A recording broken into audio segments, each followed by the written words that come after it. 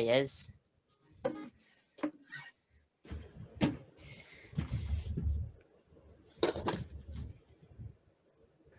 All right, take two. What? Take two.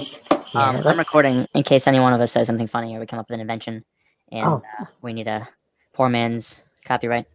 All right. I'm in. This is the first time. Of inventions, I thought of, and I think this is just a great idea.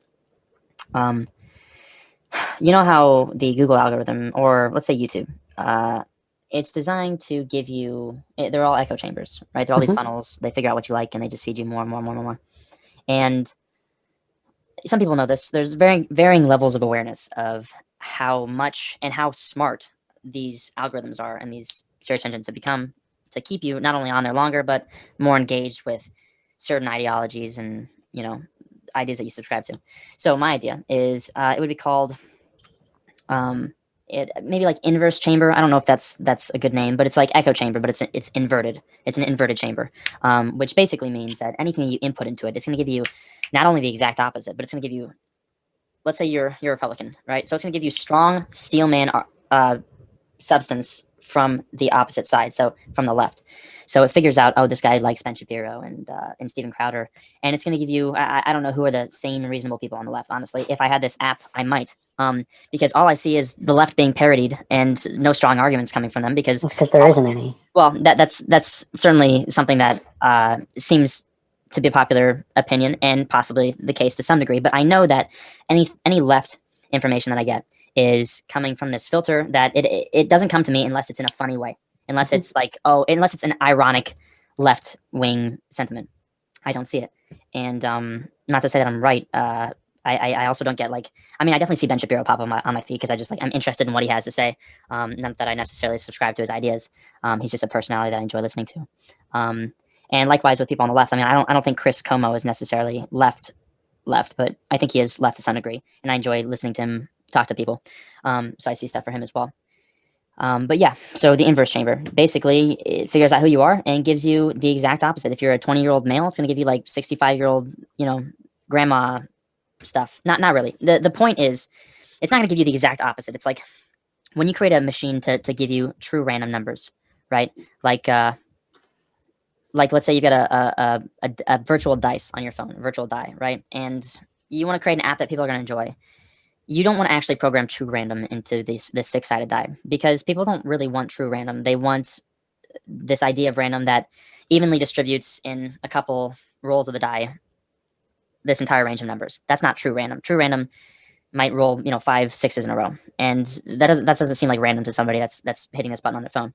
So the point is not to have it an exact inverse of what you would get, because that would probably be nothing helpful to you as a person. If you're a 15-year-old guy, it's probably not going to challenge your thinking to see ads for a 65-year-old woman who's into gardening instead of video games.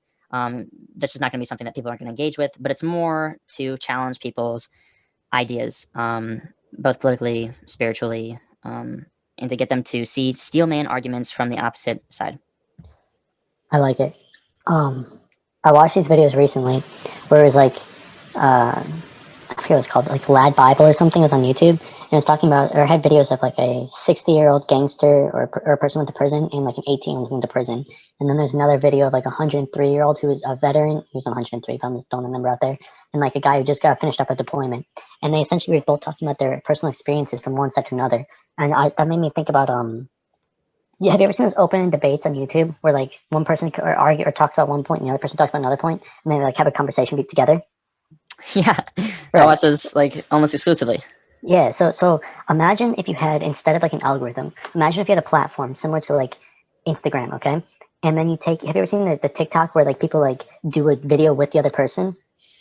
Where they duet a video? Yes. Yeah. So imagine if you had a platform where every person had their video, and they'd have a 10-minute discussion with someone who is linked into an opposite ideal of theirs, and it's the videos on their feed is just this person who conforms to these certain ideas, who is let's just use the most abortion, for example. Let's say one person was an ideal of this is he has like 100 videos on his or on his page, and one of his videos is a 10-minute video where he believes that pro-life is the way to go. And there's another person with, let's say, like 200 videos on their page, and they believe that pro-choice is the way to go. And then they have a 10-minute discussion on the one singular problem, not as an argument, but as a way to actually better understand the person's point of view. And then that video would go on both their pages. So this way you can scroll almost like a TikTok, YouTube kind of video, but see someone who's on one side of the argument and one side of the other argument and see the middle point. A middle ground. That's what the one video is called on YouTube.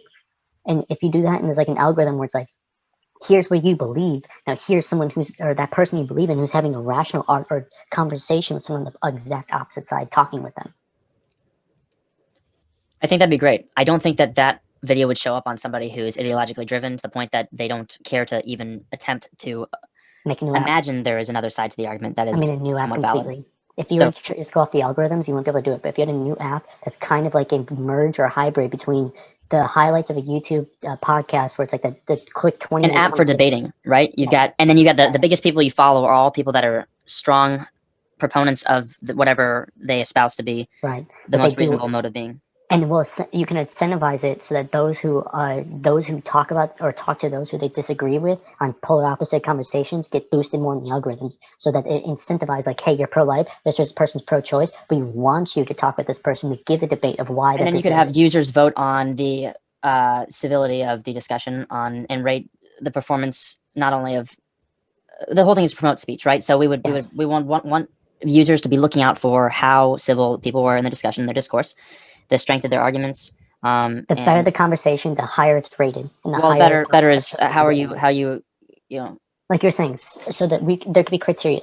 There can be civility, there can be conversation, there can be lack of interruptions, there can be stayed on topic. Just like a couple of things. It's got three things, right? 3 buttons that you rate people on. Yeah, and so I don't think it's a bad idea at all. I mean, I'm trying to think of the most ideal version of that, what that looks like, and who would be on it. Now, I think the people that I would like to see on it would be people who I've watched, a lot on YouTube that have done formal debates. I don't know if it would be adopted as much by this large group of intellectuals that are slightly older than the TikTok, quite older than the TikTok generation. I mean, Neil deGrasse Tyson, I think, has a TikTok. He's got a TikTok. He would be a great person for this app. Neil deGrasse Tyson. He's an educator. He loves to talk to people one-on-one and have civil discussions about the universe. Religious people, talking to them about reason and logic. People maybe don't believe in science or don't know, and so he'd be the kind of great, I think, candidate for. I know how you can get people to vote or to add to it. Imagine if, let's say, you had an app on this one, and you yourself employed 20 interviewers that you thought were great. So they get points, and they bring on, let's say, Neil deGrasse Tyson or like Jordan Peterson, and they spend 10 minutes. I think 10 minutes is a perfect time, just because that's long enough. That could be like a longer dialogue per conversation, but not too long they get bored. But imagine if they spend 10 minutes asking certain questions to this person, so they can start posting their views of what they think it would be on their platform. And then, if you want, you can maybe get like a 20-minute conversation between this person has this view and this person has this view, and like match it together. There can be the way that benefit is, like, imagine if you have someone like. You're saying like a prompt? You're saying there would be like a general prompt that people could answer, and you could see different sides of the spectrum, different political points. Yeah, what was I going to say? Apps, people on this application. Shoot, I had something good to say, and it'll come to me.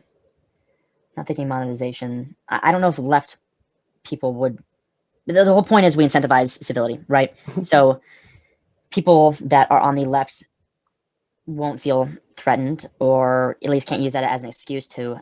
So this is what I would say: is put it free speech. Put it free speech, and if the left is offended, then we can have a video argument, or not video argument. We have a video conversation or interview of why certain words are not supposed to be the way that they should be. And then if everyone all of a sudden agrees, hey, you know what, we shouldn't say these certain things. The videos themselves are showing. Yeah. All right. The app name: Mass Debater. I mean, I'm all for it, but I feel like there might be an underlining context or innuendo there. What? Other people double entendre? What? I don't know what you're talking about, dude. Nah, you debate with the masses. Debater. The masses are watching these debates. Mass Debater. Yeah. That's actually fucking hilarious. Master Debater. No, just Mass Debater. Not Master Debater. Mass Debater. Yeah, mass. Like, wait, mass. No, bro. Master like like the master of speaking, master debater, Yeah, but or masturbator is like masturbator. Okay, masturbator doesn't mass debater. I think is the best one. Like you're debating the masses or something like that. I don't know. The okay. interesting thing Name is aside, both of these have a similar universal um I guess goal that you could like abstract from the both of them, and that is to spark open conversation, not just open conversation, but intellectually open an environment conversation. where people voluntarily go to have their ideas challenged, and that is something that's not offered to the public. People don't have that. Oh, bro, you know what we could do on top of that too? So you know how like on TikTok, like you just like the For You page, you start scrolling and scrolling and scrolling. It's just a bunch of ideas that are a bunch of just random videos. Imagine if you had the 10-minute video. Let's say that the 10-minute video is just an interview of uh pro gun or your gun or pro gun, right? So the question is 10 minutes on pro gun or not pro gun, and the person's talking. Now if you click on that, you can scroll, and instead of comments, it's like 30-second replies, almost like a TikTok version, where they can say their piece or their conversation or their ideas that they have behind it, why they believe that it for it or against it. Yeah, And it can video essentially responses. be video responses rather than just And then writing it out. you could have some upvoted. You could have ones upvoted right by the community. Be like, oh, you see, all right, 1,000 people have upvoted this response. Who is And it be by? First of right all, is below this it, pretty right? notable, right? Yeah, that could the thing is, yeah, 30 seconds is a long time. 10 minutes is a long time. Maybe people are willing to engage in a longer form, or what would be considered That's what would nowadays be the longer form. point though, because like think about like how people interview people in news now. They don't give them any time to actually discuss. So if you take like the most complex idea you could possibly think of, like universal healthcare. If, right now, it's like, are you for it or are you against it? That's the ideal, or that is the entire extent of the conversation. You can't just say you're for it or against it in the or yes or no context. You actually need to start putting some like ideas behind it. So if you do 10 minutes, or like let's say 5 to 10 minutes, that gives you enough time to thoroughly explain your viewpoint. If it's engaging, it'll go to the top. But then at the same time, you don't have to watch like a 3 hour Joe Rogan podcast just to hope that you find one segment of it. Yeah. I wonder if this could all be merged. I mean, you could have not only the social media side of things, but you could have the the blog side of things, the internet side of things, the search engine side of things. That's like YouTube. That isn't the social aspect of it, but it's a place for your ideas to be challenged. The whole point of this application of this website is for you to voluntarily engage in having your ideas challenged, and Hmm. that can be through the community, or that can be one on one with you and a video of a reasonable person talking about an issue. Um, so I I think think so. it's not something I've seen offered. That's the thing It's not is out there. I haven't seen anybody offering um, to confront my ideas. No one's in the business of telling me that I'm wrong. They all want to tell me I'm right. You know? So I think that is because everyone wants to, but no one knows how to anymore. And because of that, people just stay silent rather than, because let's face it, like Well, how it's many just the people do website. you It's the not want algorithm. to get right? But imagine like, see how the Zoom call is right now, where like there's my screen and your screen. There's a two parts to it right here. Imagine if we just had a 10-minute segment where we both like agree to, kind of like the TikTok duet thing where you like make a video with them. We both go, okay, here's our conversation, and then we have the talk between it. Then we can post on our site. Let's say my entire portfolio, my entire profile is all about the Green New Deal. I am known as the Green New Deal person. That is what everyone knows me as. I have 100,000 followers who all know me as the Green New Deal person. Now people can become an open conversation between my Green New Deals, because that's what those people are following my portfolio or my profile are going to know that that's what we're arguing for. But it's also going to open up to a context of, let's say that you're anti Green New Deal. Just that's the only thing I think of at this moment in time. But let's say you're anti Green New Deal and you have 100,000 followers. If we decide that we want to merge, all of a sudden now we have 100,000 followers on both sides who get to hear the conversation, because it's going to be a 10-minute long conversation, and then post on both our profiles. Yeah. Well, no one wants to go into a boxing match and see Floyd Mayweather fight like a coke addict that weighs 70 pounds. Right. So the point is, when people are invited onto the news, that's what the lineup is. It's a heavyweight or a panel of people that amount to a heavyweight, But there's and like the one person clickbait though. that gets pummeled. Hmm. Um, They want and the so clickbait. it's like a sucker punch, right? But people really want to see, I think, two gladiators go at it with valid points in the form of intellectual swords and And yeah, and people can get creative once on the platform. Like imagine if we're talking about it, and let's say that we have like 5 talking points, 5 major talking points that we want to cover. You and I can have a 50-minute conversation without any intermissions behind it, break it up into 5 different segments, and now we have 5 different segments about each different question about the particular issue at hand that both of our portfolio or profiles, which is going to be like 200,000 people collectively, can then watch depending on which kind of issue that they want to discuss. People can get creative with it. Yeah, I mean, the thing is, you're running the risk of constantly just seeing the debates that you have already seen and you have liked and you have engaged in, and the algorithm says, "Oh, they like this stuff. We want to keep them engaged in the app." Like, I don't want it to be, I don't want it to pivot and be a spin-off of you shouldn't know what when you're scrolling what the next thing is going to be. It should not be predictable, because if it is, then it's an echo chamber, right? You're hearing the same thing, even if it's the same argument, even if they're valid points. Like, it's good to, but people need to get outside of just listening to the gun debates and the abortion debates and the climate change debates. Um, it's got to be challenging in that way that it doesn't allow you to go down a rabbit hole, in a sense. If you want to go down a rabbit hole, you can do that. Okay, okay, But I got you. So now imagine that you are a complete Green New Deal person, right? And that's the kind of people you follow.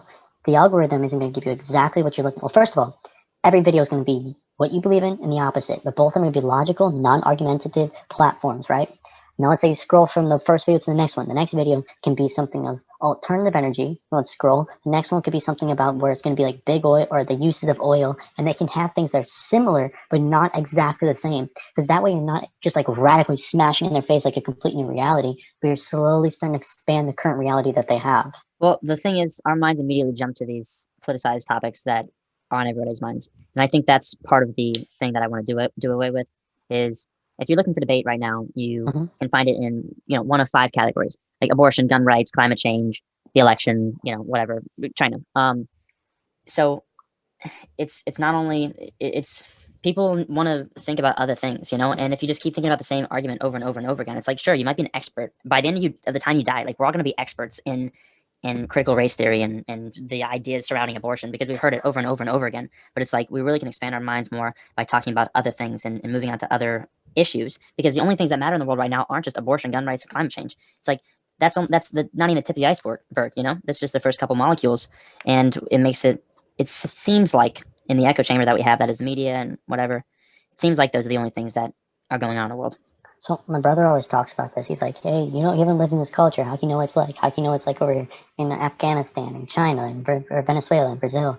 You can also add in an aspect, instead of just argumentative of an issue against another issue, but adding to there as well, explaining your own personal life. Like, imagine if you saw a video about someone explaining what it's like to grow up as a child in China, talking with someone saying what it's like to grow up as a child in Saudi Arabia, or what it's like to go to high school in Brazil, as someone who's what it's like to go to high school in Canada, or what it's like to get your first job over in Egypt, and what it's like to get your first job in France. Yeah, I And mean, like all these people, different cultures, they're explaining what it's like, so you can really start to see how we're all similar rather than how we're all different. that's great. I think it's just like off it's a great, it's just like off the topic. Like, I want to be very clear and really define what this is.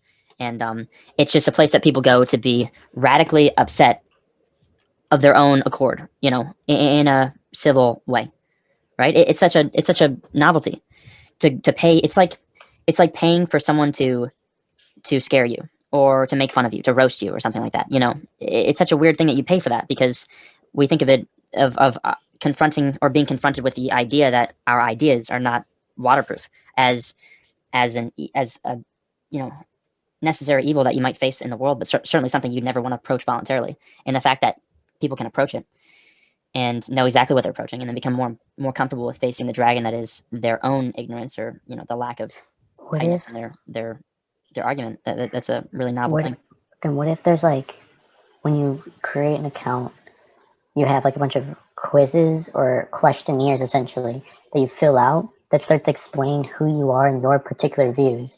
And then if you click on someone's profile, you can see their views and you can like challenge them. Like, click I challenge you to a debate about, and like some other topic that they believe in or Yeah, something. because that's becoming too, that's polarized off the bat. Like, we're jumping right into debate. No, this is a place for people to sit back and become learners, right, and not challengers. Like, I think the only thing that would be interesting about the Then how initial about, I thread would of, love like, to people learn debating. about I'd love to understand I your think it's more views. simple than that. I think it's basically, let's say you open up an account, you see from the get-go you're a blank slate, which is a good thing, and you see a variety of videos, and then maybe you click on the one that you're most interested in, and it's like, we have a data point. What did they click on? They clicked on climate change, like everything you need to know, and then maybe the climate change person is more right leaning, and then you like the video, and it's like, okay, all right. So we got another data point. He clicked on the climate change video, and he liked the video that is, we can say, slightly right leaning. Then it's like, all right, so now we want to show him a strong argument from somebody who would be maybe about as left leaning as that person is right. And from there, we collect data points. And if maybe they have varying degrees of like or dislike, maybe just straight up like or dislike, and we get data points from that, and we figure out based on what the person likes, just like the YouTube algorithm does or any other algorithm. And we figure out who they are basically, and we give them the exact opposite of what they would expect to get in a strong way. And maybe the person will end up starting to like some of the opposition's stuff, and then it's like, oh, interesting, now we're going to swing it back a little bit more to the right. And then I feel like over time people become more centrist. I mean, I think that's really the goal out of a lot of this stuff, is for people to not be so radical, because who isn't really like radical? It's kind of rare to find somebody who hasn't picked a side, and their idea about the issue is like, well, but what's something like, I mean, people just like, it's obvious that Yeah. we shouldn't kill babies. We're all radicalized. We all, for some reason, have a strong opinion on everything these days. Otherwise, you're ignorant or something. I think I might have an idea that could help with that one. What if you took where they're at, and instead of like, so I'm still thinking about the TikTok format where you scroll one video to the next, to the next, to the next. What if you took, let's say that you're anti-gun. I'm just using an example. I know it's a very radical purpose, but that's just what I'm going to use for right now. But what if you go, and instead of posting an art or a debate between anti-gun versus pro-gun, you had a 1 minute video of a story of where pro-gun was a benefit to humanity, and that way, instead of just hearing someone's debate or hearing someone's conversation or hearing someone else's viewpoint, the person who is believing like these certain ideas, they will get a verifiable proof of where the opposite of their idea actually had a positive impact on humanity in a short form. I don't think that that is. We want people to think logically and reasonably. And having a story about a time where a gun saved somebody's life is not reasonable or logical. Although it is a ploy that's used by people to garner favor for whatever they're trying to It's logical. get support for. It's not to put up a picture of a child or an elderly person who died of COVID-19, and then to try and get out awareness and people to jump on the COVID train because of the picture of this one individual or this one story. That's not the point. Is to have a conversation about everything as a whole and to come up with the most reasonable thing through that, not based off of one thing that happened where guns were a good thing, or one thing that happened where guns were a bad thing. That's where you run into this issue of having a victim and then essentially saying, do you value this person's life or this person's experience? If you don't, you're a bad person. And that's not a reasonable place to try and convince someone. It's not a place that I want to convince somebody from. I guess, all right, let's step back. Let's step way back for a second. I hear your idea of where you want to start bringing people together to step them out of comfort zones of their current perceptions of reality. What is the current idea or concept you have of how you want to do that? Because I'm thinking, in my mind, when I'm saying these ideas, I guess I'm figuring that little TikTok contraption idea I was talking about. What you're talking about may or may not be on the same page. I just want to know where you're coming from so that we can be more aligned on what we're saying. So I see this. I mean, all right. So I should say my experience on YouTube is a lot of things I've watched are debates between theists, non-theists, debates between biologists and astrologists, and just conversations between intellectuals, mostly Richard Dawkins, Sam Harris, Christopher Hitchens, and Jordan Peterson. And they go so deep onto subjects, and you're just there for the ride, and occasionally they'll use a word that you've never heard before, and so it's an opportunity to go look it up online and learn something, a new word, which is like, it opens up another part of your brain that you never had before, I think. And you just learn a tremendous amount from these debates between people. And sometimes, the theist wins, I guess you could say, and sometimes the atheist wins. But at the end of the day, it's like, it's a good conversation I think was worth having, and that you can learn from no matter what side you're on. And I see these conversations most often in the light of the atheist has won, right? It is Christopher Hitchens' wittiest comebacks. It's Sam Harris, best arguments against faith, right? These are the clickbait pictures that I see. And I don't see the times where the theist presented good arguments, or the person against climate change presented good arguments, or the flat earther presenting good arguments. It's always ironically, oh, look at this little person with their tiny little ideas get smashed by this Goliath on the other side that I just so happen to agree with. And my point is I don't want to fall prey to thinking that this is just how every video goes. I need to be aware that I am seeing basically what YouTube thinks I want to watch. And although I believe I have a firm grounding in truth and reality and reason, I would like to see the YouTube algorithm be a little more objective to my preferences and not as keen on giving me exactly things that won't contradict my current beliefs. I would appreciate that. So I have an idea. What if you set it up as tournament style per month? Every month has a particular topic that you want discussed, and you have brackets. 16 people, and each of them, so it'll be 16 people, right? You'd have 2 people on opposing sides. You would register, let's say you'd sign up so that it'd be an hour-long conversation that would take place, right? It wouldn't be, okay, let's say if it was a 16, then first let's say it'd be like 30 minutes. Then when it gets down to 8 people, it'd be an hour. When it gets down to 4 people, 2 hours. And when it gets down to 2 people, like 3 hours or some shit like that. But anyway, so 16 people, and each 8 people on one side, 8 people on the other side, and they all debate. Then when they debate, the people who are watching these videos can vote on who they believe won the argument.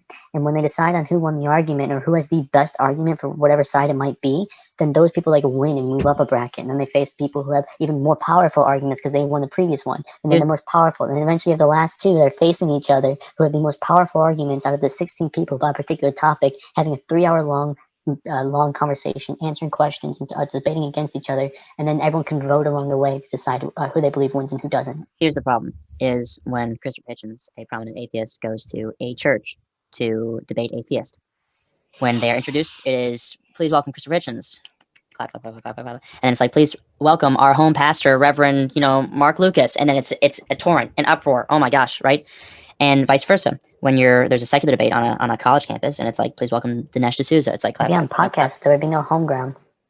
It'd be like a Zoom call. No. We're talking about people voting, right? People are on this platform, right? Yeah. Okay. So is your thought, all right, you agree that depending on which house you're in, God's house or a secular house, the consensus in the crowd can be dramatically swayed. You're aware of that. You agree with that, right? Right. So the thing about a platform that is there to promote free speech and debate is I don't think that the demographic, the type of person that's engaging on there, the political ideology that they necessarily subscribe to going in is going to be a perfectly neutral crowd. I think it will be much different from that. I think it'll be very conservative just by the nature of what it is. And that's not a problem unless it's about liberals, doesn't it, though? Unless people are rating debates, in which case it'll be a catastrophe because there's no chance that the person on the left is going to come out on top because everyone else already knows what they believe, and what you believe just sounds better in your head when it's coming out of somebody else's mouth, and you can't help but agreeing with it more. Confirmation bias. We're all looking for confirmation bias of what can make us seem smarter by other people verifying what we already believe. Yeah. Holy shit! Who would have thought the idea of free speech is such a hard concept to tackle? I mean, it's not really like a concept. It's just like it's a tool, really. I mean, like we're talking right now. It's a concept. It's literally like, yes, we all have free speech, but to get to a point in time that human beings can generally agree or challenge their own beliefs, the steps that need to take place from point A to point B is like, yeah, okay, I agree. There are a few intellectuals out there who already have an idea that they might not know everything, that they should change or challenge the way that they believe. But the vast majority of humanity in and of itself wants nothing more than to stick with their own ideas, regardless of the pain and torture it might bring to them. So to try to change them into a way that they accept the idea of maybe they may or may not be right, I think it's necessary. It has to happen, but I'm not entirely sure what can take place or what can happen in order to start moving the conversation from radical left to radical right. And I'm not changing the way I believe to more of a centrist point of view. Well, okay, so let's think about this. Would you agree that people are more likely to change their mind in private than in public? Yeah. Like by a fact, like by a long shot, right? I mean, I'm sure there's a few moments where in public people have that moment, but for the most part, I feel like everyone would rather do the small work in private rather than the small work in public. Right. So we can say the vast majority of times that people are open to changing their mind, it's going to be by themselves in their own head would be without the consequences of having appeared to have been wrong. Right?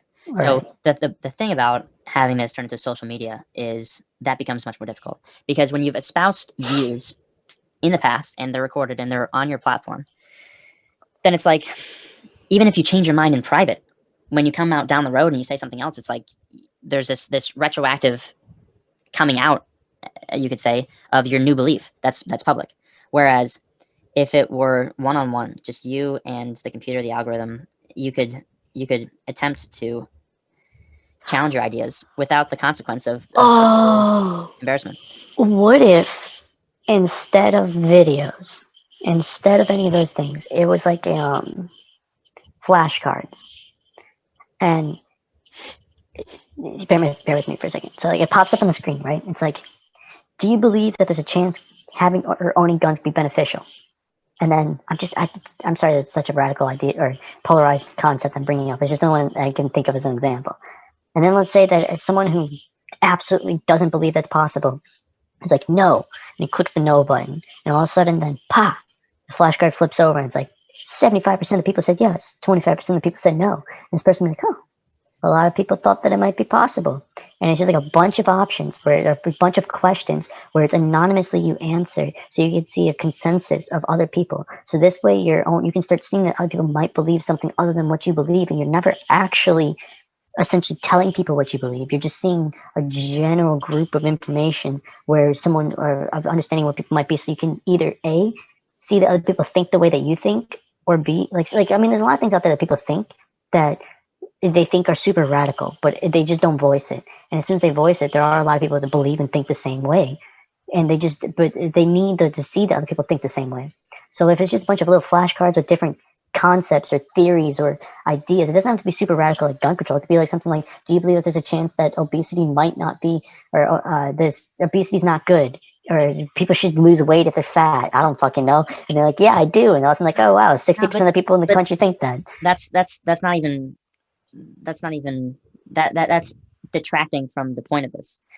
We don't care what the consensus is. The consensus doesn't matter, right? First, on the one hand, if you select something and then you find out that 80% of people agree with you, it's confirmation that you were right, that you have the right position.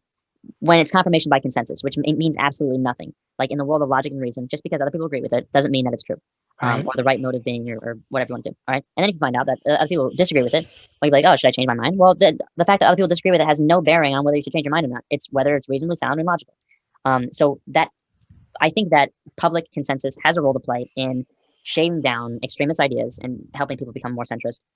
But I don't think that is a component of. I think it's the exact opposite of the component. I think that rigorous debate and reason needs to be the driver for people's education on this, not just a simple like, oh, how many people agree with me on this? Like, how right am I on this issue? Then what if you incentivize people to listen to views that are opposing to their own?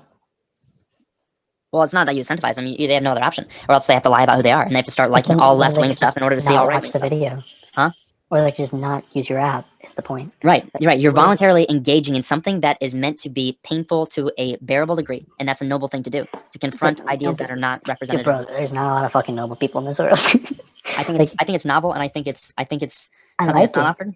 But it's meant to be painful. It's like exercise, right? You could say, oh, what people are gonna go to the gym and they're gonna burn out their muscles, and they're gonna release all this acid, and they're gonna huff and puff, and their heart's gonna be pounding. Like, who's gonna do that? It's like a lot of people do. Yeah, but at the same time, obesity rates like 60% in America, so a lot more don't. If you're gonna make something painful, you have to incentivize why they're doing it. So if you're let's say you have a hard right wing person and you're gonna show them some like counter arguments from the left wing perspective, you'd have to like somehow incentivize them to make sure that they want to watch that video and continue watching it. Growth. Nah, that's not going to get anyone to change. That's what it is. That's what it is. That's what it is. Is I want. All right. So Tim Ferriss says, if you're inventing something, you want to invent something to scratch your own itch, right? Basically, that means no one invented a back scratcher, right? And then some guy had a scratch on his back. He's like, shoot, I really need something to scratch my back. And he invented the back scratcher, not for anybody else. It's because he had a scratch on his back, right? Yeah. So basically, I've got a scratch on my back, right? This is what I want to scratch that itch, and I know that if I want it, then other people are going to want it. That's what I'm saying. Yeah. So there's at least a party of one that is willing to engage in this exercise. I like it. I wish that more people are open speech. We don't know. We don't know. That's the thing, is we think, all right, people are fat, people are lazy, people like to listen to what they listen to. That's just because, I mean, I'm not going to say that's just because that's all we know right now is these echo chambers and these funnels, right? We haven't seen anything else. I just don't. the part that I can't figure out right now is the platform that you need to produce in order to keep people engaged. Because, like, let's face, if I watch a video where I don't necessarily agree with someone's idea, I don't watch the whole video. I just leave it. I just stop but watching you're it. not there. All right. First of all, if you see those videos, it's probably not the best representation of that argument Agreed. because you're on your YouTube or your computer, something like that, and it's going to give you an almost ironic, foolish strawman interpretation of that argument because it's something that you're most likely to not be offended by, right? But if you're going there to work out, like if I'm like sitting in a chair or something like that, or I'm like standing up and like my legs are starting to hurt, right? Mhm. If I'm not there for my legs to hurt, I'm going to modify my position, right? But if I'm there at the gym and I'm there for my legs to hurt and actively be engaged in stress, then it's like, all right, I'm doing this on purpose for a reason, and I wouldn't just like do this voluntarily, or I wouldn't allow it to happen to me. Like if I'm not actively engaging in this, so it's not meant to be super comfortable. It's meant to be the exact opposite of that. And I mean, okay, so I guess not this is where passive. where I'm getting to is like, I'm looking at it from, I guess you can almost say like a brain chemistry point of view. If it's uncomfortable, you need some kind of dopamine release to make sure that you keep doing the uncomfortable thing in order to get hooked enough to keep growing with it. Sure. So when I'm saying the incentivized thing, it's almost like the release to make sure that they stick with it. You're not, if you're just trying to like literally like challenge people, like fuck your ideas, start thinking No, more. that's the thing. That's the thing. Those aren't. I get it. Sorry, poorly explained. But what I'm saying is, if you're trying to just get people to challenge their concepts and their ideas, and it is going to be painful, which it is painful to grow, there has to be something that creates some sort of neurological release that makes them want to continue doing that. I think the kind of person that is going to willingly engage in having their ideas challenged will be pleased and appeased with the growth they experience from seeing a steelman argument from the opposition. You want to know what would be actually probably pretty good for you? If it wasn't social, but if you actually just set up debates and conversations in different like arenas, like instead of going on an app and expecting people to be there, what if you started finding like theaters of like 200 people and selling out tickets and then bringing in two speakers to talk about an idea? You can record it and take the sound bites and then use those sound bites and those bits and pieces to run a social media from the actual events and auditorium concepts that you're creating yourself. So there is a bunch of videos with Sam Harris, Richard Dawkins, Jordan Peterson, of them doing just things like that, and they sold out like basketball stadiums. People that just are there to listen for 2 hours to Sam Harris and Jordan Peterson talk about, this. That sounds like what you want to do. Well, no, I mean, I enjoy that. I enjoy watching that. But I'm looking to fill a need that I don't think is met. And I think that is met right now. Although currently with COVID, that's not happening at all. There's no planned That's true. events. But yeah, rest in hell. huh? Yeah, rest in hell. One fun thing I don't know if I told you, like when these the atheists are like debating and doing stuff like that, having discussions, and nobody on the stage believes in God or anything like that. Somebody will like sneeze, and they'll all chime in and say "God bless you," and it's just like the whole crowd. It's always funny every single time. Yeah. As bad as that might sound to somebody that's religious. I think it's funny. What would be the word? Heretic? No. I don't know what that word means. I just know it's like. What is the word? Where it's like anti-God. It's like doing something anti-God. It's like an action. Damn it, dude! I'm struggling with words tonight. It's all good. It's all good. It happens. That is anti-God. Anti-Semitic? No, sacrilegious. It's sacrilegious. That's the word. Bro, yeah. Your idea is like, I like it. I definitely think that there is a market to be, or a need that needs to be filled for open, there is a absolute need for humanity to start opening up their minds. I don't think that we necessarily hit how it can be done so far, but I do believe there is a method to it. There's something. Open-ended speeches and debates and podcasts, it only hits. I guess the question is, who is your target market? Target market. Well, I would say the people that I think would be most interested in it are not my target market, right? Because the people that would be most interested in it are people that are actively doing this already. Right. My target market is the people that have not thought of the idea that there's a world outside of their own ideas. That's who I want to target. I have a feeling that the first comers, if any, would be, people my age, people that are willing to engage in probably more right-leaning people interested in debate and conversations surrounding important topics that challenge their beliefs. But My target audience. You understand that sentiment, right? Yeah, I got you. Here's the other question, I guess. Well, this is not a question. This is more so. This is just will help us framework the concept moving forward. If there is one topic that you can have these particular people be more open-minded about, what would that one topic be? If we could take so a like what's the topic, highest return on investment of something somebody could be challenged on ideologically? right, and if we know what that question is, we can start thinking of ways to eventually or essentially convert that to a concept that we can reach a target market with, and then we can take other concepts and run it through the same like chain. Well, the two biggest ones I can think of are political orientation and theism versus atheism. I mean, maybe that's just because those are the majority of debates that I've seen that have been worthwhile. Well, there's a lot of let's not go politics because politics in the news. Everyone talks about well, that's the theism thing. versus That's the atheism. thing. That's the thing is, I mean, I think that's a strong candidate as well. But the thing about the politics one is it's something that everyone engages in. You engage in politics more often than you engage in religion. Talk religion with like debate wise. You know, who really debates you on religion nowadays? Like God exists, God doesn't exist. That doesn't happen. But I people mean, talk about I the like to mask talk about mandate. God, so it comes up pretty often in my life. Yeah, to be but honest. how often does that come up versus like you saying, "Oh, the mask mandate's shitty" or fuck COVID? Like you know, you're talking about political things more often than Bro, religious things. hold up. I think I figured it out. Okay, well, not that I figured it out, but here's a concept behind it. The people who talk about politics is essentially middle class and above. Everyone below that doesn't give a fuck because they don't believe it actually impacts their life in any way, shape, or form. The real target market is going to be low income people who already just aren't thinking about these concepts, which means that they don't have a solidified idea one way or another, which means that they're essentially fresh clay ready to be formed and mold or to start forming and molding their own ideas. The real market is those who have not started thinking about it, the ones who are still are unaware of all these things, who haven't had time to start solidifying one idea or another. If you could find a way to reach those who haven't thought about it, whether it be younger or lower income people, that would be the prime people to speak with.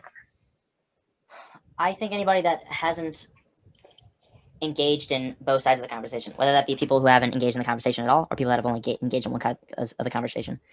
Bro, if you're a single mother who has 3 kids, working 2 jobs, and is barely paying rent, I identify as that, by the way. Okay, that's a single mother.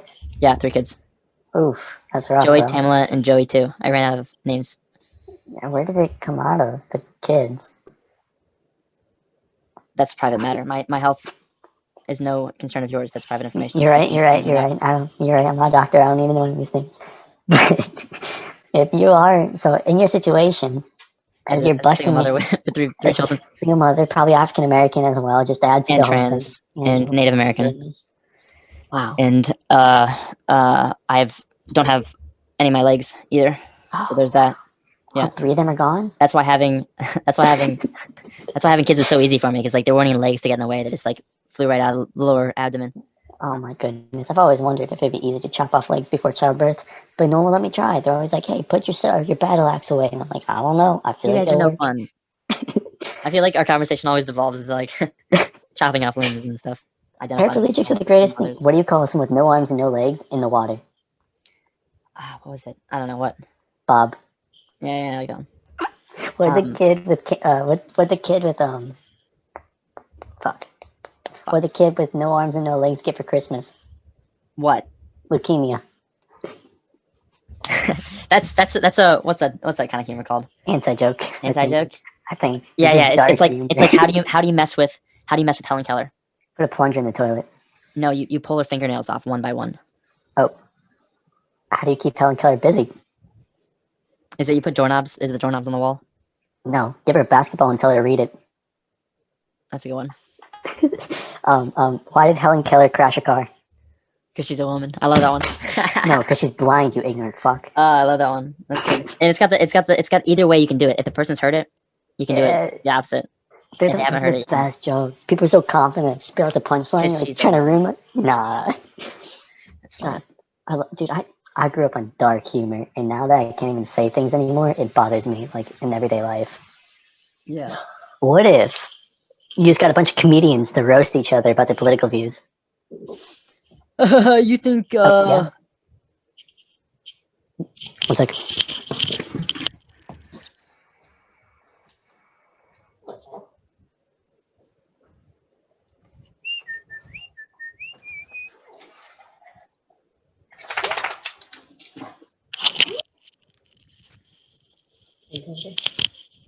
Sorry, my dog wanted to come into my room. Oh, shit. Did you know if you heated a needle, the tip of a needle, Heroin? huh? You could do heroin? No. If you heated the tip of a Oh. needle to the how hot it is inside the sun, Mhm. like if you take that heat and you bestow it into the tip of a pin, it'll kill everyone on Earth within 1,000 miles. How? How are we? Because of heat. You know how heat radiates, right? So if you get something I that's feel so like hot, popcorn.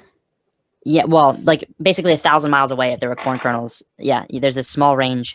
It's like the nuclear blast, right? It's like Right. there's this perfect Goldilocks zone where the popcorn would be perfectly cooked. If you had popcorn lined up all along, like right from the nuclear blast, miles and miles out, there's a point where the popcorn would be perfectly cooked. I want to take an entire cornfield of popcorn and drop it in an active volcano, and then just have popcorn rain down on the village below me. They probably worship you, honestly. Dude, I want to be a fucking god. How cool would that be? Yeah. Probably not a good idea to be a god, though.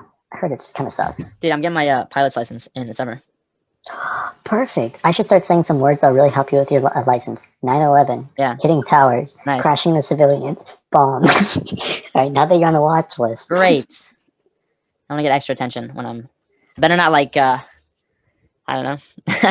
Just like, all right, you get your license. Allah Akbar. What? What was that? Nothing. I didn't say anything. La, la, la, la, la, la. As you're landing, oh, Allah Akbar every Dude, single time. I flew for the first time actually a couple weeks ago. I don't know if I told you. Oh, how was that? It was fun. I took off and like legit flew around. I was in a little tiny plane, 2-seater, and the wind really like bumps We're you gonna around. need a bigger one than that. Yeah. Well, I mean, you learn to find those, but when they're small like that, the wind, well, the height, the altitude that you fly at, and the fact that the plane is small, makes it so that you're like, kind of bobbing around. You really like notice your mortality. But man, it was fun. It was really cool. It was a great time. I feel. Would you rather? Well, obviously, this question's already been answered. Megan Megan Fox? Yeah, for sure. That's always the answer. I was gonna say which would you rather learn how to ride, but I mean, Megan Fox, for sure. Yeah, a plane or a helicopter were the original options, but we'll throw in a third choice. Plane definitely, dude. I mean, helicopters cool. Helicopters are like tough to. They're not like intuitive. They've got their handles and their sticks. You can look it up. It's a weird way that they operate. The pilot sits in the right seat. Oh God, they're British. Yeah. Or it's not even British. It's literally the rest of the world. Like it's like the metric system. That's disgusting. Yeah. Next thing you tell me is that they're going in kilometers or kilometers per hour instead of miles per hour. It's really better. It's really better. So it's like Celsius. You know how Celsius works? Do you know what freezing for Celsius is? 0. Do you know what boiling is? 100. Yeah. Like, isn't that so much better than 32 and 212? Get your dumb easy logic out of here. Do you know what the Kelvin scale is? Isn't it like way harder than the Celsius? If you were to like take 1 and 0. No, there's way more numbers. It's colder. Like, all right, so basically 273 degrees Celsius is 0 degrees Kelvin, right? So Kelvin starts at absolute. Wait, I'm sorry, I missed that. Can you say that again? So Kelvin is start the 0 in Kelvin. There's no negative degrees. It's 0 is the absolute 0, which is negative 273 degrees Celsius. That's where 0 Kelvin is. Does that make sense? So there's no negative 1 Kelvin, right? Because it's literally 0 Kelvin is the lowest temperature you can get, and then everything from there is up. And that would just be kind of weird, like walking outside saying, "Yeah, it's about 400 Kelvin today," and then you put on like a T-shirt. Well, they're in units of Celsius. So 400 degrees Kelvin would be 127 degrees Celsius, which so dying. Be, yeah, dead. You're dead. All right. Well, I was wrong on that example. Yeah. Let's go down to 200 and convert again. Yeah. Anyways, it's interesting. I don't know how America like what do we? I guess that's one thing I probably should have researched once in my life and never actually gave a shit enough to do. Where did this whole fucking miles per hour and Celsius or Fahrenheit come from? Like, did we just literally like break away from England and go, oh, we're doing our own thing? Yeah. Well, it's kind of like, you can think about it, how species evolve. This is like de-evolution, though. The Galapagos Islands, right? You got different finches on different islands, and they evolve with different traits because they're separated and they can't intermingle. Mm-hmm. Yeah. So they over time evolve into different things. So it's like the metric system and the imperial system. There was a point where, well, people didn't even have a skill to use, right? But then it's like one thing gets developed and another thing gets developed and it gets expanded on and everyone's using it in different areas and they're so comfortable with this and they're so comfortable with that and then they never merge from there. They've evolved too long without each other. But Fahrenheit was a I guy. wonder what the next His thing name is. was Fahrenheit. I don't know much about that. And then Miles, maybe like comes from the Greek. But It does.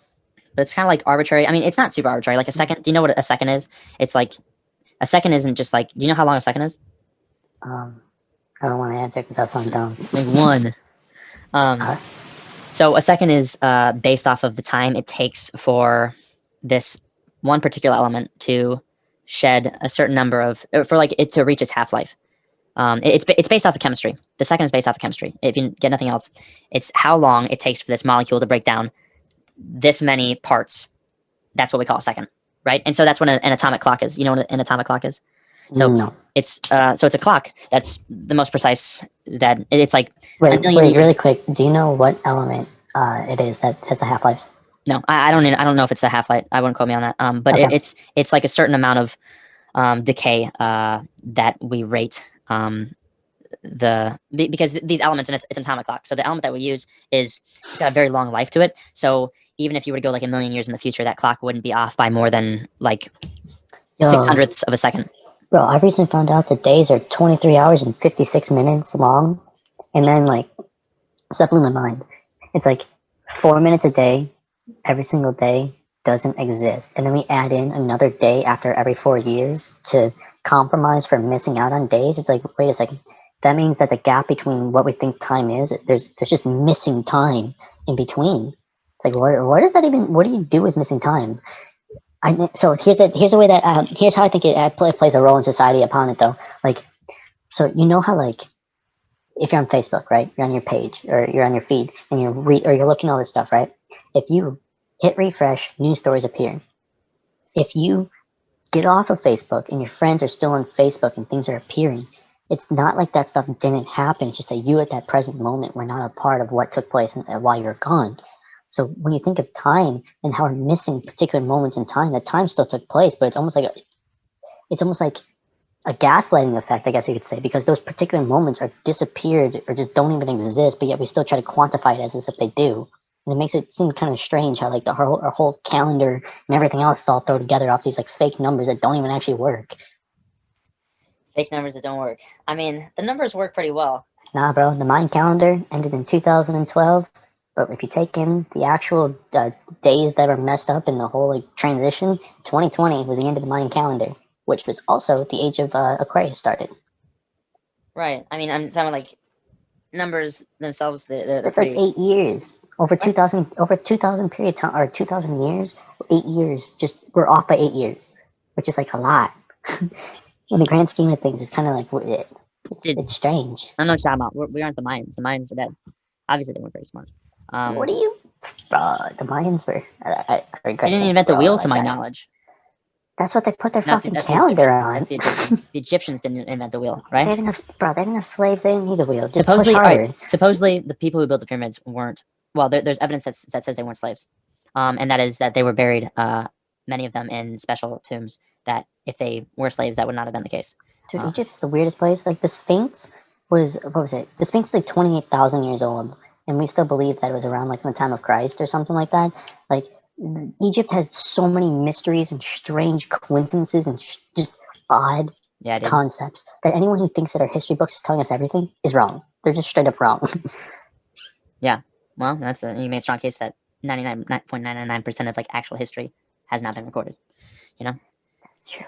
Have you heard of the Coriolis effect? I imagine you just looked at the time there. I'll let you get going, but have you heard of the Coriolis effect? I didn't actually look at the time. I was thinking about it. My clock is this way. So good enough. Looking at it. But yeah, the what effect? Coriolis effect. What's up? All right. So, basically, do you know how the hurricanes in the northern hemisphere spin counterclockwise, and the hurricanes in the southern hemisphere spin clockwise? Did you know that? No. Wait, that makes sense. Does it? Hold on. Run that one more time. So northern hemisphere. Hurricanes or cyclones in the northern hemisphere spin counterclockwise. Then if there's a hurricane or a cyclone in the southern hemisphere, it spins clockwise. I'm guessing it's probably something to do with the polarity of the equator. The polarity of the equator. Fancy Well, because words. no, No. because if you have one magnetic force on the top, which is the North Pole, and one magnetic force on the south, which is the South Pole, in the middle there's gonna be like some field. So if you in general just have like, if you think about how like the actual, or I guess it'd be attracting. If each pole is attracting the particular elements that are creating these storms, they rotate towards the poles themselves rather than away from them, or they rotate. Like the North Pole, if they're rotating counterclockwise, it's technically rotating the same direction, the South Pole towards the South Pole. I don't know. I like how you try to think on the fly like of an explanation. Well, I'm just curious about it, like, because I mean that is like it definitely does.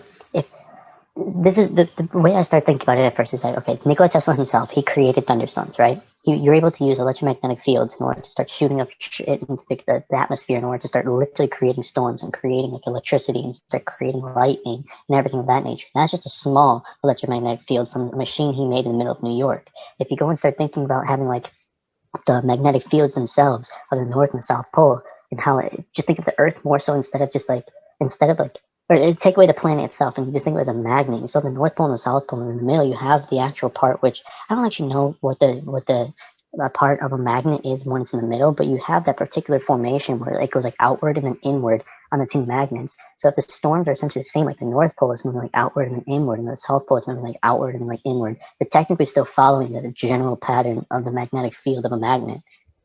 So the magnetic field of the Earth may be related to what causes the Coriolis effect, but is not the cause. I believe that. So the cause is the rotation of the Earth. So it's spinning, right? And because it's spinning, you've got part of the hurricane that is traveling faster than another part of the hurricane, based on if it's in the southern hemisphere or the northern hemisphere. That is going to be the top or the bottom of the hurricane. So it's going to spin in a different direction depending on which hemisphere it's in. Also, if you take a kiddie pool, let's say, and you put a hole in the bottom, in the northern hemisphere, you pull the plug on the hole and you put dye in the water to see which way it's like going down the hole. They don't go down just uniformly; they always swirl. The same thing happens in the northern hemisphere and the southern hemisphere. It's not just a characteristic of storms. It happens with draining. Like toilet bowls often drain depending on which way. Europe goes counterclockwise. Well, no, I mean, when you flush the toilet, the water goes counterclockwise in Europe. in what? In Europe. In America, it goes clockwise. It depends on which way the Coriolis effect is very small for like toilets, so it's more of a factor of which way the water is coming out. Oh yeah, I'm just saying that they switch it over in Europe rather than here. I saw a YouTube Yeah, blog about it. I mean, it's not set in stone. Like it just depends on the toilet itself, right? Not on what hemisphere you're in or what country. Yeah, so that actually, like, that's a part that recently I started thinking about. Like, when I try to picture like the Earth spinning on its axis. Yeah. And then it's spinning around the sun, and then the sun's spinning around something else, and all of it's just spinning along these giant holes of gravitational poles and everything. But the one thing like I was just like stuck or thought about first was the clouds. Clouds themselves are not connected to the Earth, so if they're in the sky and they're staying in a particular spot, like above, like let's say that you know how you're like in the shade of a cloud for a while, that cloud being X amount of feet away from the planet is rotating really fucking fast in the sky. Like that thing is really moving in order to keep up with that particular spot. Like if the planet itself is moving, what, 16,000 miles per hour or something like that per day, that means that it's rotating. I mean spinning, like on the axis. You're saying at the equator? Yeah, where the Earth is like shoo, shoo, shoo, shoo, shoo, shoo. The clouds themselves are still kind of keeping up with that. Like, I mean, they do move away from it, but at the same time, they're somehow still way farther away. Which, if they're farther away from the Earth, that means they have more distance to cover, and they have to be moving even faster than the planet itself. So the Earth rotates on its equator. It's like 16, 24. 1,000 miles an hour. There's no way it's so slow. It's so slow. 1,000 miles an hour. Chunk change. So slow. Okay, that actually makes it more difficult, though. Like, if the Earth is only For what? Viewing motion, how is it? Because, okay, if you were in a car going 300 miles per hour, you would notice. No, I mean 300. Like, if you're in like a Tesla, right? That shit's going like 200, 300 miles per hour. What do you mean when you say you would notice? When you look at the window, or just when you're generally you're driving, you're pushed against the car. Well, that's acceleration. That's not velocity. I suppose it's different. So if you accelerate to 300 miles an hour in a short period of time, you'll definitely feel you're going to be pushed back in your seat. But once you get to 300 miles an hour, you're not going to feel an acceleration anymore if you continue traveling at that velocity. So if you weren't looking out the window and you could cancel out all the bumps and you blacked out the windows, you wouldn't be aware that you were moving. Unless you could hear sounds or something like that. But you wouldn't be able to sense you were moving by motion. We just move so fast. So, all right, here's one way that has been helping me understand motion, I guess you could say. Have you ever seen one of those fans where, like, as it speeds up, it seems like all of a sudden, like, there's 3 separate parts, and the faster it goes, it seems like the 3 separate parts are stuck or staying in one spot? Is this you're watching it on a camera or in person? In person.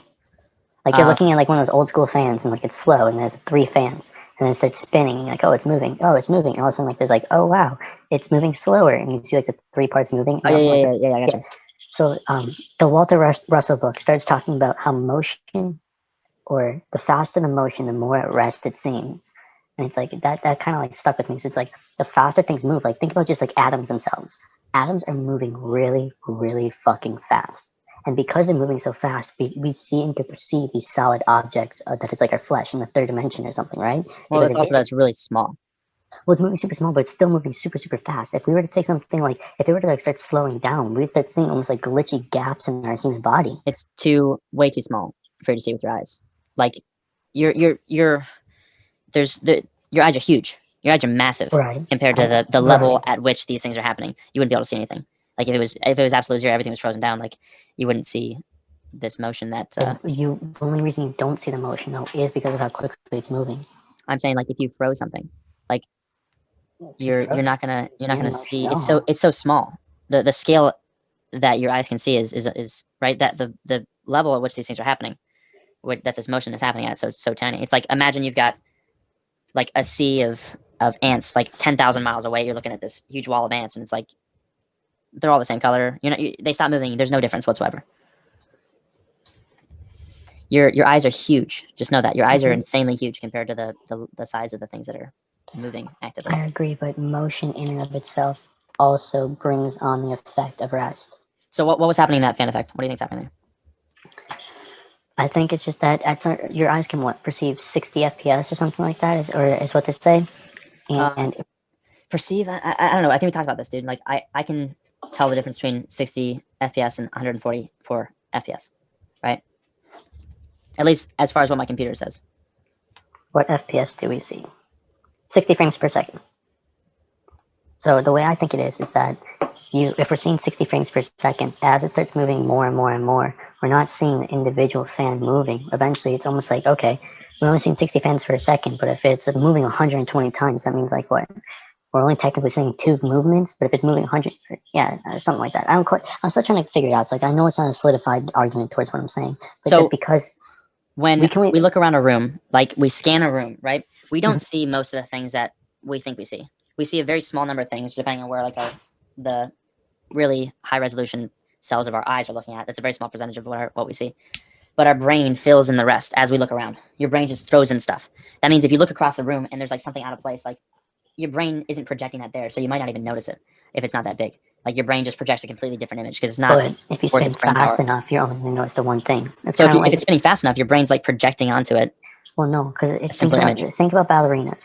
Ballerinas, when they start doing the spinning, they focus on one point, and then they whip themselves around quick enough. Not like instantaneously, but quick enough that their brains don't perceive the other things. And all it focuses on, all it sees is just the one movement. Because the motion is so quick, it seems as if their bodies are staying still, which gives them the equilibrium they need so their bodies stay balanced and upright. So here's an interesting thing.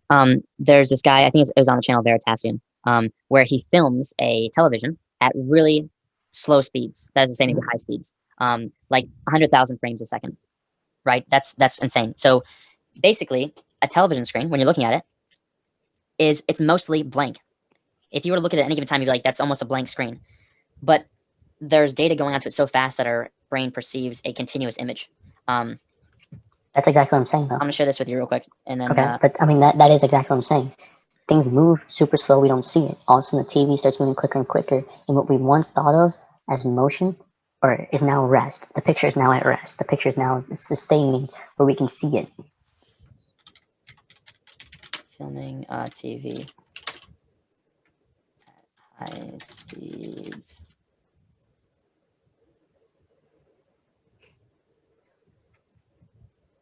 TV slow motion.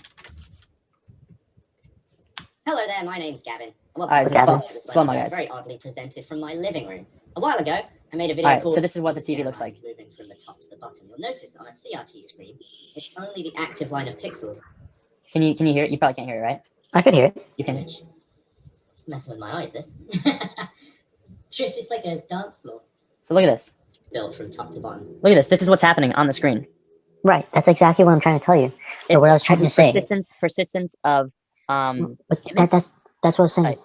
Motion equals rest. The faster the motion, the more things seem at rest. That particular picture, when you're moving it super, super slow, it doesn't seem like it's at rest. It's just moving like this. But now all of a sudden, when it's moving quickly, it's moving so fast that it perceives one particular motion in one particular picture. Yeah, I mean, okay. So So we what have I'm this saying is- optical phenomenon where Right, and when we're spinning around the Earth and spinning around, like we're moving at 1,000 miles per hour spinning, while we're also whipping around the sun at like 500 and something thousand miles per hour, that's fucking fast. You would think we'd see it, but because we're moving so quickly, there's a chance that that in general is making everything seem like it's staying still, just would like see that what? picture. What would we see? I mean, if you're moving like 550,000 miles per hour, you would think you'd see something different, or it'd be like you would think What? that it'd What be would like you see? wow, like the whirly thing where you're like We in aren't there and accelerating. We are not accelerating. I get it, we're not accelerating, but we still have like stars and stuff out there. You would think that we'd be like whipping past those bitches and like moving around, but we don't even see Alright. things. So do you know how? All right. So okay, I see where you're coming from, but you wouldn't. This wouldn't be a question in your mind if you knew how spaced out everything was. Like space is ridiculously empty. So basically, you got the sun right here, okay, and then you've got like the first planet like right here, okay, and then you've got the second planet like here, and then basically you got Neptune. If this is a sun, you got Neptune, and it's like at the mall, like a mile down the street. Right. Not even, dude. It's Right. farther than that, I get right? that. I get that. But and that's our solar system. That's not the stars. See The stars are this farther than pen? that. See this pen? Yeah. I threw it. I no one was holding on to it. When I threw it in the air, this marker moved 550,000 miles per hour. Think about it. It's right now. It's moving 550,000 miles I an hour. know, but that's the crazy part. Like when you toss it in the air, you would think that it'd just be like flipped away or some shit like that. No, you wouldn't. Yeah, I mean, you might think that, but you wouldn't know basic physics. Then. That's why I'm telling you the idea and concept of an object in motion equals rest is the one that made it easier for me to understand how things are now seeming as to be not in motion, even though they violently are. So those are two different things we're talking about. You're But they're talking the about same the thing. persistence of sight, which is an optical phenomenon wherein our brain sees But things it's all things. and they persist for a certain amount of time, and then if there's a big enough gap, we start to notice it. Then we're talking about physics about like these things, right? We toss it up and it doesn't move. It's not because we're traveling super fast. It's just because this is already in motion. The only net force on it when I throw it up is the action of me throwing it up and then gravity pulling it down. Since it's already traveling in this direction, it's not going to stop traveling in this direction unless I stop it actively. Can you imagine if someone just put a finger on the earth and stopped the whole planet just for a moment? So, yeah, we in that case, all of us would continue in our motion, right? Which would be a Oh big my problem. God, That it means would rip through us all. that means Yeah. that people look right here. All right, people. If the finger was right here, people on this side would be thrust into the earth as if a huge earth came at them at 550,000 miles an hour and they were just standing still. I watched the Right. Avengers recently, and Thanos threw a moon at Iron Man. A moon? And a moon. He broke up the moon. He's like, and he threw it at him. What? Infinity Wars. He broke a moon? Yeah, well, I mean, there's one clip where he's like, and he like tore up a bunch of parts of the moon and like threw it at the planet and shit. I was like, wow. The moon? Bro, how? Yeah. I did not remember this. What?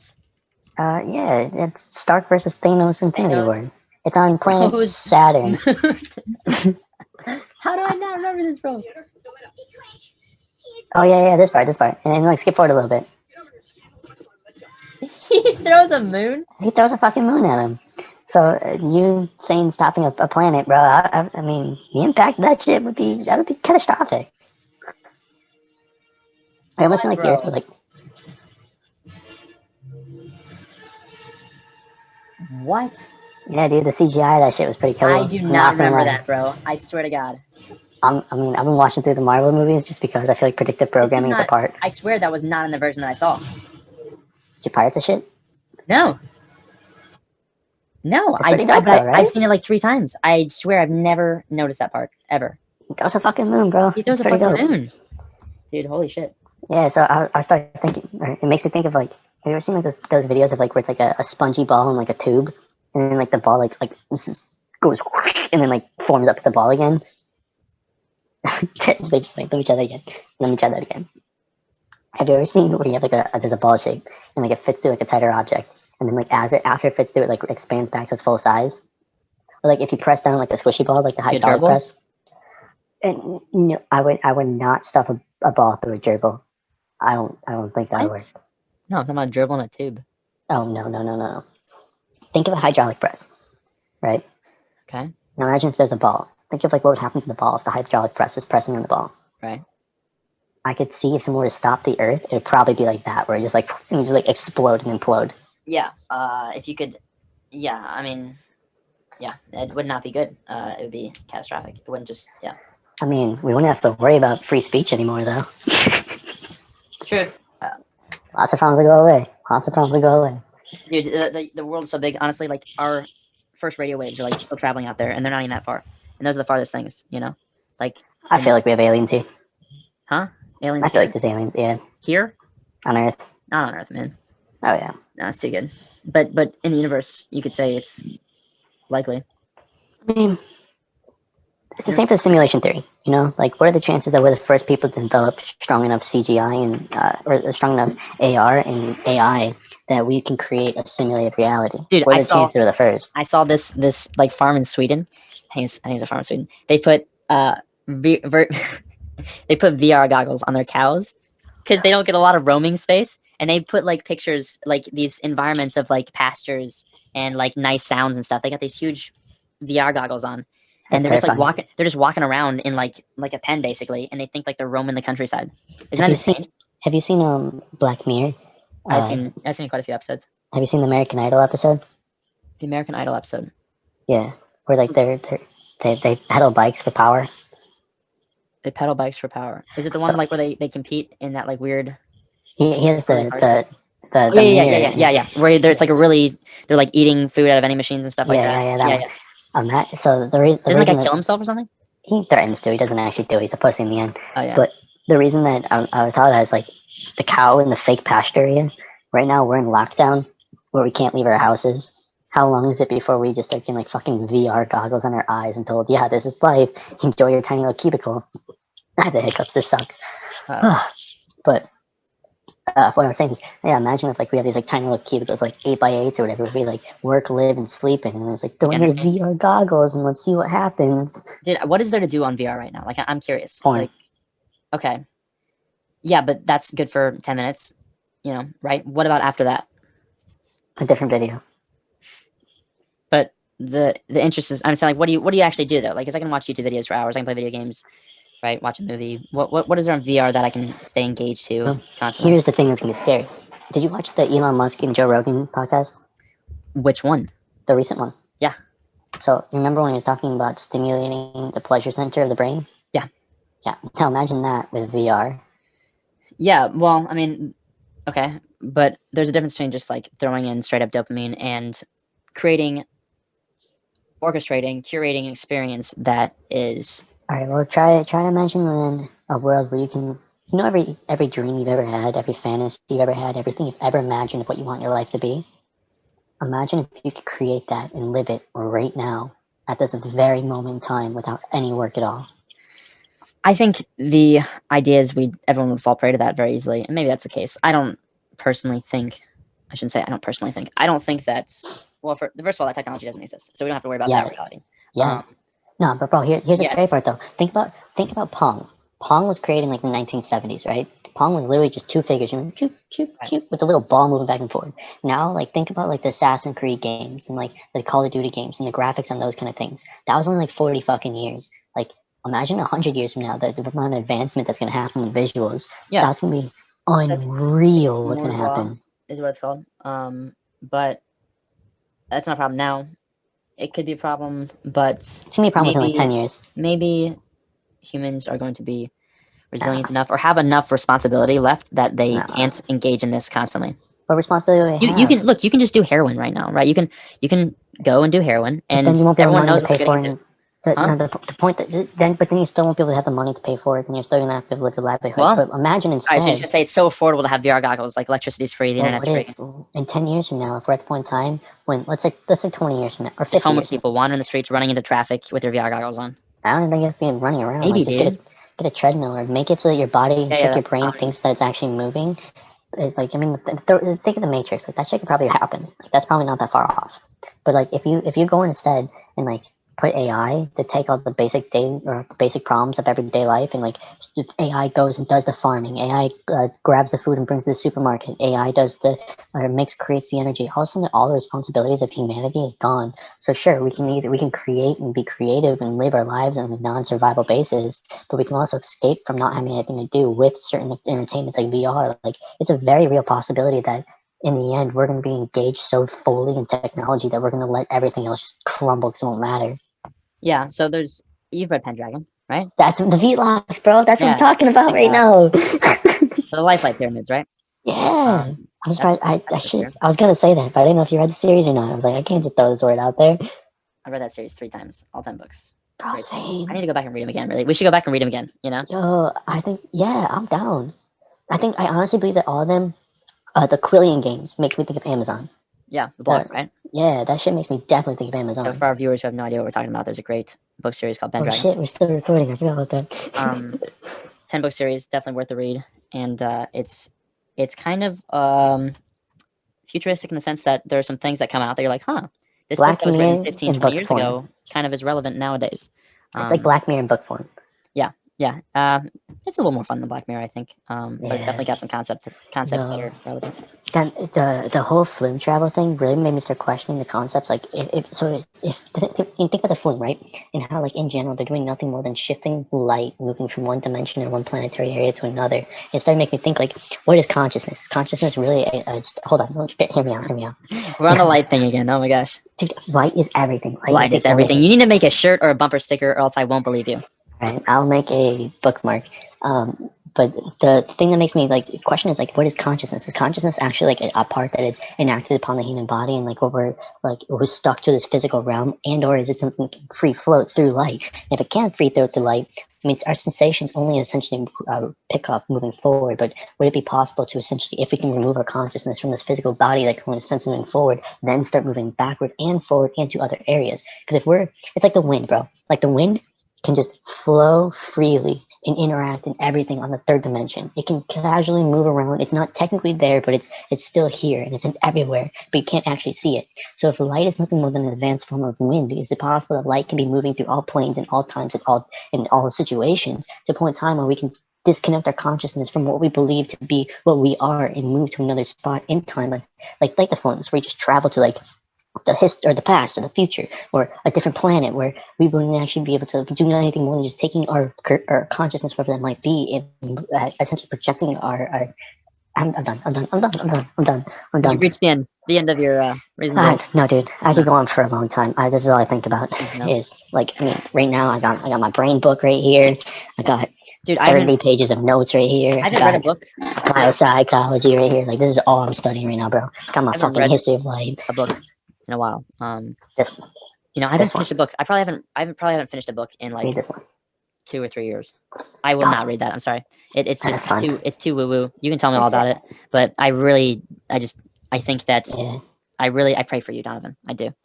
Coming from an atheist, that actually means a lot. Yeah, I appreciate that one. I believe in God just to invoke the right. If anyone could help that child, God can. If he can't, fuck, he's maybe the devil.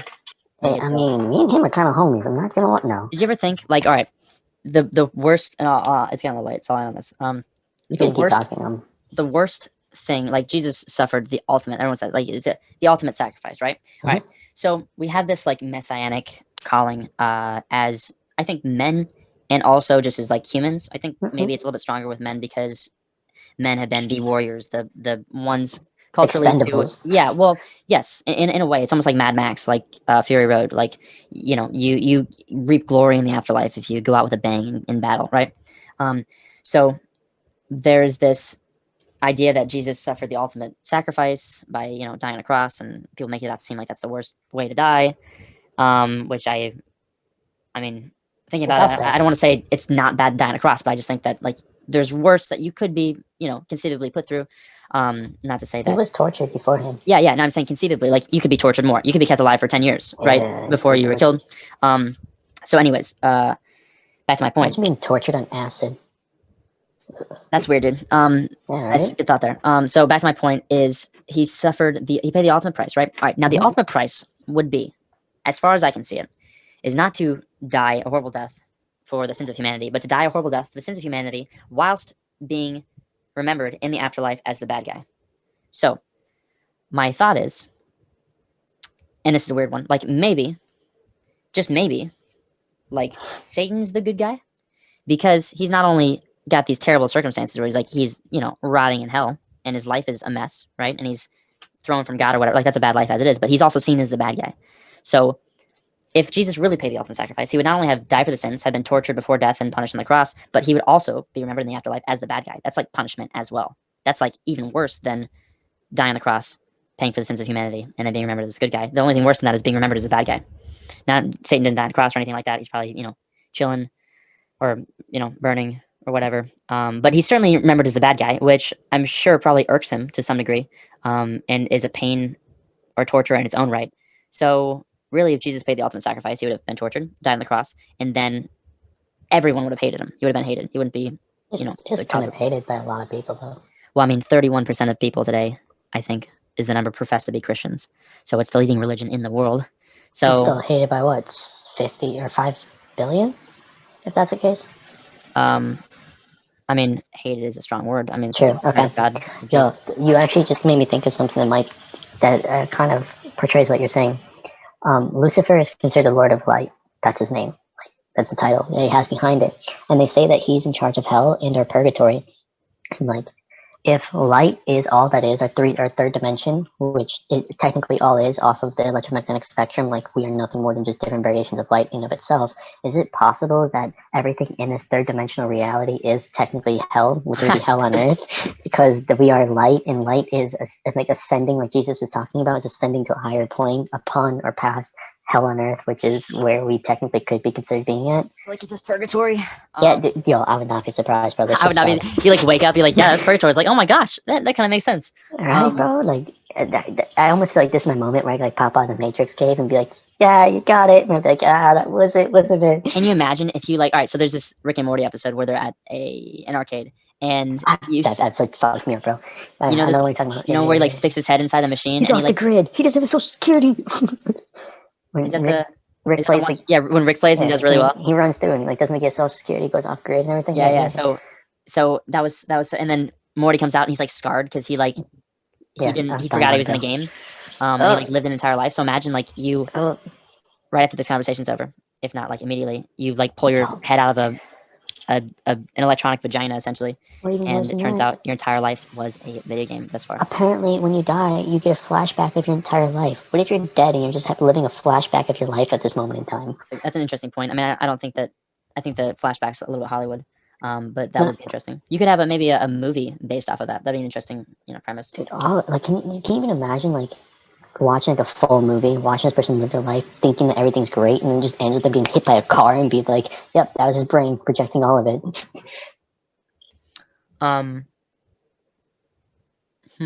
Like they were dying. Yeah, like they just died. Like the last scene. Have you seen Source Code? No. Source Code. Jake Gyllenhaal, your twin brother. My doppelganger. Yeah. And I haven't. It's a movie where he wakes up on a train, and it's in your hometown of Chicago, home city. Represent Chirac.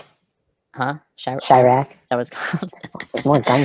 There's more murders by gunshot there than in Iraq. So yeah, Chirac. Okay. All right, Chirac, sure. So he's on a train in Chirac, headed to Chirac, and he doesn't remember how he got there. And it turns out that he is being used by the military or the FBI to try and figure out who planted this bomb on a train, on one of the trains, or the guy was on a train, so that's why he was on the train, is to try and figure out who planted one of these bombs. And basically his mind was sent back in time to relive this memory, to seek out this guy who planted the bomb. And he keeps reliving this situation over and over until he's found it, because they keep putting back him in this like simulation. And he finds out that he's dead actually, and they're just like using his brain to go back in time, and they're basically using him. And so somehow through some weird loophole, he figures out this is happening, and that they're not going to let him actually die. They're just going to keep using him to do stuff like this. And somehow when he's like in the simulation, he gives a letter to somebody who is a good Samaritan on the outside in the real world that has the ability to actually pull the plug on his brain and actually kill him officially. And so he does that in the simulation, and then it takes place and actually happens in the real world, as far as I understand it. It's been a little while since I've seen the movie, and the person ends up pulling the plug. What's so fucking creepy about that, though? There's a chance that, like, if you think of your brain as nothing more than like a parasite that just grows this flesh around it to start sensing and perceiving the world around it, the fact that he was living a simulation through his brain and memories alone could in fact just be nothing more than what reality really is, because that's basically what your brain does. Your brain just takes all these sensory informations and projects in your mind and constructs reality around us and tells us this is what everything really is. That's a reasonable thing to say. That's honestly shocking for me to hear coming from you, because you've always had this very glorious view of like how our consciousness works, and Try to, something that's like biologically driven, you know. So I mean, I'm a what would you call it? I'm a realist, but I like to stay on the dream side of things, like the optimistic side of things, of where there's a utopia. I guess it could just be my coping mechanism to deal with the reality of what life is. Yeah, like, I mean, we're literally just biological beings made up of trillions of cells that somehow perceive reality, working till we're 65, dying 10 years later, while whipping across the universe in a marble-sized rock, expecting that nothing's going to change. Like, dude, it's fucking crazy. We don't know what's happening. So it's possible, like, I realistically understand the limitation. You can see, okay, all this stuff's crazy, right? Well, you can just as well say from an understanding of our biological underpinnings that this would seem crazy to an animal that's evolved, you know, over hundreds of thousands, millions of years to perceive a certain size object in a certain color spectrum, light spectrum, right? And to move with a certain speed and to live a certain lifespan, that all this stuff is crazy. The universe is under no obligation to make sense to you, in the words of Carl Sagan. And just you being shocked by all this information is all the more evidence that you are who you are because of evolution.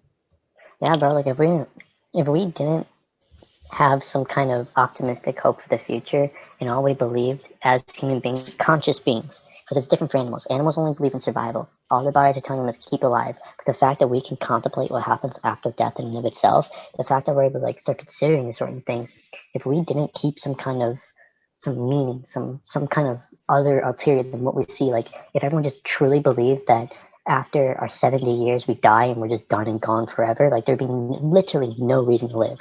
None at all. Everyone just kill themselves because there's no fucking point. Well, So like you like, said construct about a point. our bodies that we're enslaved to, right? Our limbic system isn't very happy with the idea of us killing ourselves. Like, try to put a gun in your mouth. Try to bite off your finger, That's right? not For easy. starters, it's not going to happen. I don't recommend anyone try it. But Finger is only as much as a carrot, by the way. Baby carrot. That's actually not true. It's Really? much harder. Yeah. Damn yeah. it. Sorry. Fuck, there goes that Snapple Damn it! fact. Well, you want your finger to be like the strength of a carrot? That would be terrible. That would be absolutely awful. Do you know how many? You know how easy it is to break a baby carrot? Yeah, I didn't really think that would. That would be really sad. It's one of those things that sounds good, and you just kind of stick with it. Well, you can't really tell because you bite a baby carrot and you're like, all right, and then you try to bite your finger with the same force, and your body doesn't really allow you to objectively view the force. One day I'm gonna like shoot up or start smoking a bunch of crack and bite my finger off just for the fans of the show. Okay, and we reach 100,000 followers. Bite my fucking. Oh my gosh. This one's going. I had to think about it. I kind of like my pinky. I need this one. It's very important. You're not planning on getting married? I mean, hey, I'm not saying get married. I'm just saying, good for you. She's got to be real fucking special. Let's just put it that way. Yeah. Hopefully. Right? That's the goal, though. Yeah, dude. I need to do some schoolwork and get to bed. But this is great. I could throw this up on a YouTube channel. You want to make a YouTube channel right now and put this up? Yeah, dude. Let's make it. Fuck it. Let's do it.